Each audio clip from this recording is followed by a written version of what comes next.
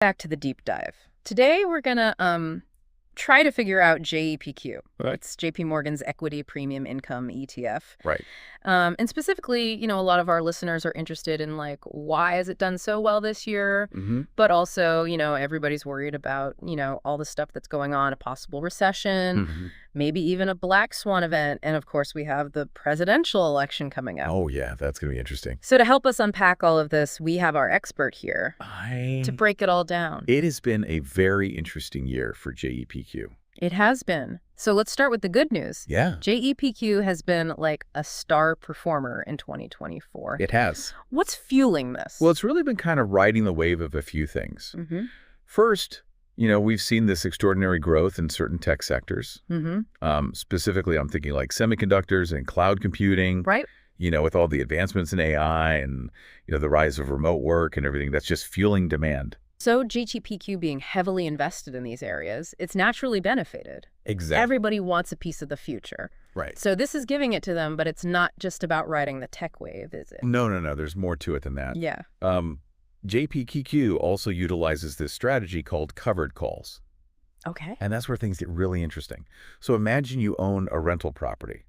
Right. Okay. You collect rent regardless of if the property value goes up or down. Yeah. Covered calls are kind of similar. JEPQ essentially rents out its stocks, and they receive these premiums, whether the market rises or falls. Okay, so that helps soften the blow if the market gets shaky. Yes, exactly. Yeah. And then on top of that, JEPQ offers a higher dividend yield than a lot of other ETFs. Mm-hmm. And this is especially attractive to investors who are, looking for consistent income. Right. Particularly when, capital appreciation is uncertain. So you got the trifecta. Yeah. You got the tech sector growth, you got the covered call income, and then the dividends. So no wonder everybody's interested in it. Yeah. It's a very attractive package. But let's face it, there are some what-ifs out there. Of course, always. That could really throw a wrench in things. Yeah. So what happens if a recession hits? Right. Can JEPQ weather that storm? Well, that's the million-dollar question, isn't it? It is. Well, that covered call strategy does offer some protection. Right. In a volatile market, it's not a foolproof shield. Right. And we have to remember, JEPQ is significantly invested in tech. Mm-hmm. So if that sector takes a hit, it's going to impact JEPQ's performance. Right. Tech can be kind of a double-edged sword. It absolutely can. So how might a recession play out specifically for those high-growth tech sectors that JEPQ is invested in? Could demand dry up for cloud computing and semiconductors? Well, it's certainly possible. I mean, a recession could force businesses to cut back on their spending, right? Yeah. And that could definitely impact the growth trajectory of those sectors. Right. However, I think certain areas within tech might actually prove a little more resilient. For example, the shift towards AI and automation. Mm-hmm. I think that could continue even in a downturn. Yeah. As companies, are seeking ways to streamline their operations and reduce costs. So it's not as simple as tech is either going to do well or tech is going to do bad. Right. There's nuance within the tech sector. Exactly. But even if certain areas of tech remain strong, what if investor sentiment sours on the entire sector? Yeah, I mean, that's a valid concern. Mm-hmm. Investor psychology plays a huge role in how the markets move. Right. So, even if the fundamentals of certain tech companies are strong, a broad sell-off could drag the whole sector down. Right. And of course, that would impact JEPQ. So in a recession, JEPQ is kind of walking a tightrope. Yeah. You got the resilience of certain tech areas, you got the income from the covered calls, but then you got the overall market sentiment. Exactly. It's this complex interplay of factors that will determine how JEPQ navigates a potential recession. Okay, so we talked about a recession. That's one potential disruptor, but let's not forget about another one. Oh, yeah. A black swan event. Right. So what happens if something totally unexpected throws the markets into a tailspin? Yeah. Think back to something like what happened with the impact of the Japan carry trade. Right. Could that kind of shock rock the boat for JEPQ? Well, remember how we were talking about how covered calls thrive on volatility? Well, a black swan event could create these extreme short-term losses that might outweigh the gains from those premiums. Yeah. Especially if that heightened volatility persists. Right. And again, we have to think about JEPQ's tech holdings. Yeah. So a black swan event could trigger this massive flight to safety. Absolutely. With investors fleeing riskier assets like tech stocks. Exactly. And in a scenario like that, JEPQ's reliance on market volatility could actually work against it. Okay. So instead of providing a cushion, it could actually amplify losses Yeah. in a sudden and sustained market downturn. So it's all a matter of, how bad is that black swan event? Yeah, how long does that volatility last? Right, exactly. That's really the key. So it's this delicate balance Okay. between JEPQ's strategy and then just the unpredictable nature of these events. Absolutely. Yeah. And there's one more layer of complexity that we need to consider. Oh, I think I know where you're going with this. Yeah, Let's talk about the elephant in the room, let's do it. the upcoming presidential election. Yeah, elections always inject this, uncertainty into the markets. Of course. As investors try to anticipate potential policy changes. Yeah. And that uncertainty can really breed volatility. And we know that volatility can play into the hands of JEPQ's covered call strategy. At least in the short term. That's right. Yeah, at least in the short term. Yeah, but the longer-term impact really depends on what policies are implemented Right. by whoever wins. So let's break down some potential scenarios, Okay. starting with a possible Trump victory. Okay, so if Trump wins, how might that impact JEPQ? Right. And specifically, what about its reliance on the tech sector? So a Trump win could initially signal kind of a continuation of these pro-business policies, Okay. which you would think might benefit tech stocks and indirectly boost JEPQ. Okay. And there's always a but with Trump. Right. His fondness for tariffs and trade restrictions could create volatility, Yeah. especially for U.S. tech companies that have, global operations.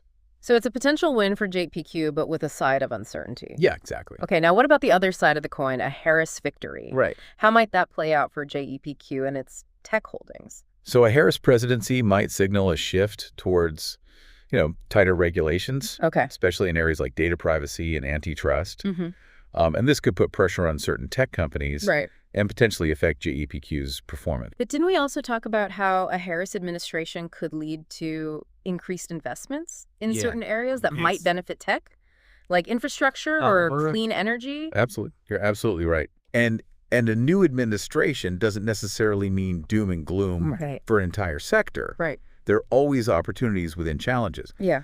The key is understanding how specific policies might unfold and how investors are going to react. So much to unpack with the election. Yeah. And we haven't even touched on what happens at the end of the year. Oh, right.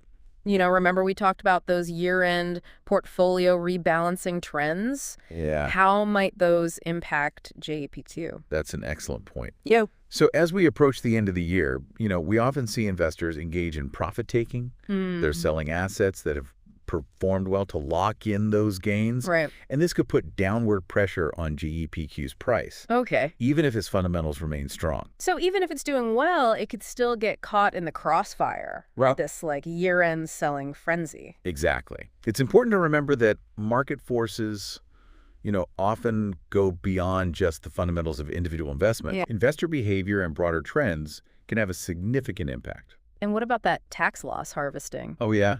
Where people are selling off, they're losing investments to offset their capital gains. Right. Could that impact JEPQ? It could. It could create additional volatility. Yeah.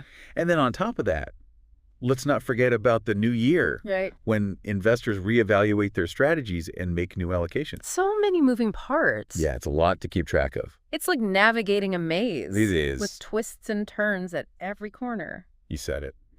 And you know what? We haven't even considered what ChatGPT has to say about all of this. Oh, yeah, that's right. That's going to have to wait till after the break. All right, stay tuned for that. We'll be right back. So welcome back. Before the break, we were talking about all those what-ifs that could really impact JEPQ. Yeah, all those potential disruptors. Right, a possible recession, that black swan event always looming, and of course the election. The election. Yeah. Right. And we also hinted at some insights from ChatGPT. Well, we know it's not a financial advisor, but it can be a helpful tool. It can be. Just to kind of explore different angles. Yeah. So for the sake of our deep dive, what does ChatGPT have to say about JEPQ? It's interesting because its analysis actually aligns with a lot of the points that we've already discussed. Okay. It acknowledged the strong performance this year, attributing it to those same key drivers that we talked about. The tech sector rally, the income generated from covered calls, and that attractive dividend yield. Okay, so it seems like ChatGPT is on the same page as us Yeah, when it comes to just understanding those but fundamentals. fundamentals are pretty clear. Yeah, driving JEPQ success. Exactly.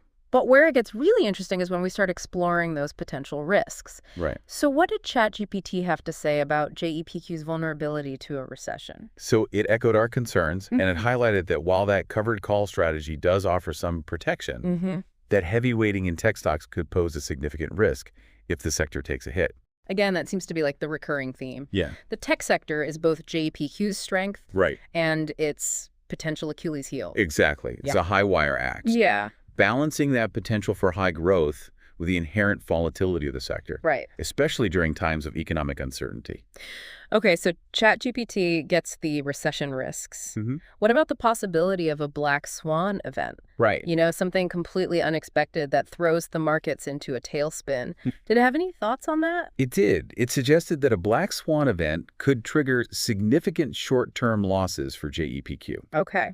as that sudden market volatility might outweigh any gains from the covered call premiums. And again, those tech holdings would amplify those losses if investors panic Right, if everybody runs for the exits. and flee to safer assets. Absolutely. Yeah. So it seems like ChatGPT recognizes that delicate balance JDPQ must maintain, benefiting from volatility through covered calls, but then also being vulnerable to those extreme market shocks. Yeah. That can erode those gains. So it gets the economic risks. It does. Let's move on to the political landscape. Okay. What did it have to say about the upcoming election? This is where I thought ChatGPT's insights were really interesting. It recognized that elections always create uncertainty Of course. and volatility as investors grapple with potential policy shifts. And this short-term volatility, as we've been discussing, could benefit JEPQ's covered call strategy. Okay, so more volatility equals higher premiums for those covered calls. Right, exactly. That's the upside. Yep. But what about the long-term implications of the election? Right. Did it weigh in on those? It did, and it even went a step further, analyzing the potential impact of a Trump victory versus a Harris victory. Okay, so let's start with a potential Trump win. Right. How did ChatGPT see that playing out for JEPQ? So it suggested that a Trump victory might initially boost tech stocks, Okay. benefiting JEPQ indirectly, but it also acknowledged those potential downsides like increased trade tensions and tariffs, which could negatively impact U.S. tech companies with global operations. It's sort of a mixed bag. Yeah, a little bit of mixed bag for JEPQ under a Trump administration. Yeah. Okay, what about a Harris victory? So for a Harris victory, ChatGPT highlighted the possibility of tighter regulations on tech, Okay. specifically in areas like data privacy and antitrust. And this could put pressure on tech stocks and potentially drag down JEPQ's performance.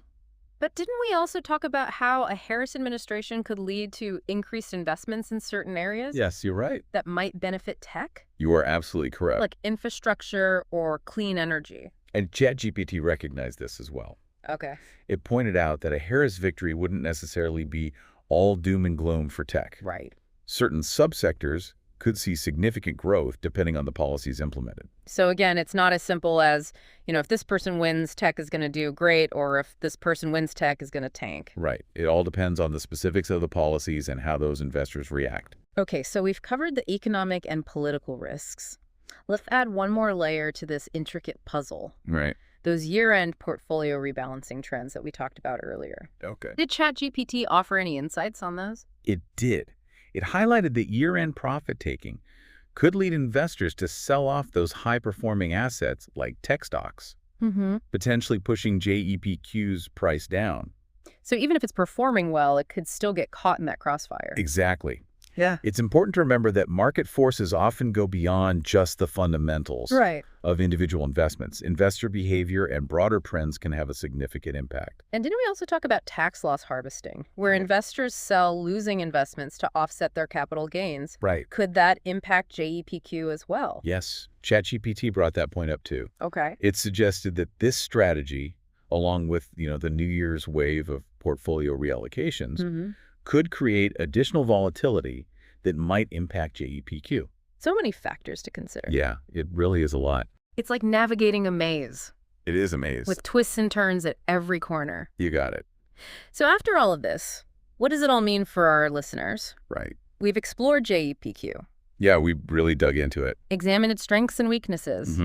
We even looked at what ChatGPT has to say. Right. Where do we go from here? So that's the big question, isn't it? I Yeah. mean, we've done the deep dive. We've done the work. But ultimately, that decision of whether or not to invest in JEPQ, Yeah. it's a personal one. It is. So this deep dive has given them the information they need It has. to make an informed decision. Right. But it's up to them to weigh those potential rewards against the risks. Exactly. And to do that, you need to consider your own individual circumstances. Right, your own personal situation. Absolutely. Think about your investment goals, your risk tolerance, your overall financial situation. And, if you need personalized guidance, don't hesitate to reach out to a financial advisor. Well said. And on that note, we'll wrap up this deep dive. We hope you found it informative. I hope so. Engaging and maybe even a little bit thought-provoking. Yeah, definitely something to think about. Until next time, keep those brains buzzing, stay curious, and happy investing. See ya. All right, so welcome back to the deep dive. We've spent this episode exploring JEPQ. We have. Its performance this year, those key drivers behind its success, and then we really dug into those potential disruptors that could impact its future. Yeah, those what-if scenarios. Yeah, exactly. We talked about a possible recession, the ever-present threat of a black swan event, Right. and, of course, the upcoming election. We even tapped into the insights of ChatGPT. Yeah, it was interesting to see what it had to say. It was, which, while not a financial advisor, did provide some interesting food for thought. It did. That really kind of aligned with our own analysis. Yeah, I thought it was pretty spot on. Yeah. And through all of that, we've highlighted this delicate balance that JEPQ has to maintain between capitalizing on volatility and navigating those potential risks. Yeah, it's a tricky one. Especially those tied to its tech holdings. For sure. So after this deep dive into JEPQ, what's the big takeaway for our listener? Well, I think the biggest takeaway is that JEPQ is this fascinating but complex investment. Yeah. There's definitely potential for growth in income, particularly in these volatile markets. Right. But it's not without its risks. It's like a high-performance sailboat. Okay. You can harness the power of the wind to reach those incredible speeds, but you also need to be prepared for those sudden gusts and shifting currents. I love that analogy. Yeah. I think it really captures the essence of JEPQ. It does. This potential for great rewards. Right. But you need to be a skilled navigator. You do. To handle those inherent risks. Absolutely. And that's where informed decision-making comes in. You, our listener, are at the helm of this journey. It's your money. Exactly. You've heard the pros and cons. You've weighed those potential upsides and downsides. Now it's time to ask yourself some critical questions. Okay, what are some of those key questions? Okay, so first and foremost, does JEPQ align with your investment goals and your risk tolerance? Are you comfortable with that heavy exposure to the tech sector? Right. Knowing that it can be both a blessing and a curse. That double-edged sword. Exactly. Yeah. Are you seeking growth income or a combination of both? Yeah, you gotta know what you want. You do. And then consider that broader economic and political landscape. We've explored some possibilities. Yeah. But how do you think a potential recession or the outcome of the election might specifically impact JEPQ's performance? And don't forget about those year-end portfolio rebalancing trends we talked about. Oh, that's right. That can create unexpected volatility even for a seemingly solid ETF like JEPQ. Exactly. Think about your own investment strategy. Are you planning any year-end adjustments? Right. Might those impact your decision to invest in or hold JEPQ? So much to think about. It's like creating a personalized roadmap for Yeah. navigating this whole JEPQ situation. All the complexities of JEPQ and those market forces that surround it. Exactly. This deep dive has provided the compass and the map. Okay. But the journey itself is yours to navigate. You're in the driver's seat. You are. And remember, this is just the starting point. Right. This is just us giving you the information. Exactly. Our goal is to equip you with the knowledge and the insights to make those informed decisions. Right. Do your own research, explore different viewpoints, challenge those assumptions. And if you need personalized guidance, don't hesitate to consult with a financial advisor. Absolutely. Well said. Knowledge is power. Yeah. And the more you know, the better equipped you are to make those investment decisions that align with your goals. Couldn't have said it better myself. And on that note, we'll wrap up this deep dive into JEPQ. All right. We hope you found it informative, engaging, and maybe even a little bit thought-provoking. Yeah, lots to think about. Keep those brains buzzing, stay curious, and as always, happy investing. See you next time.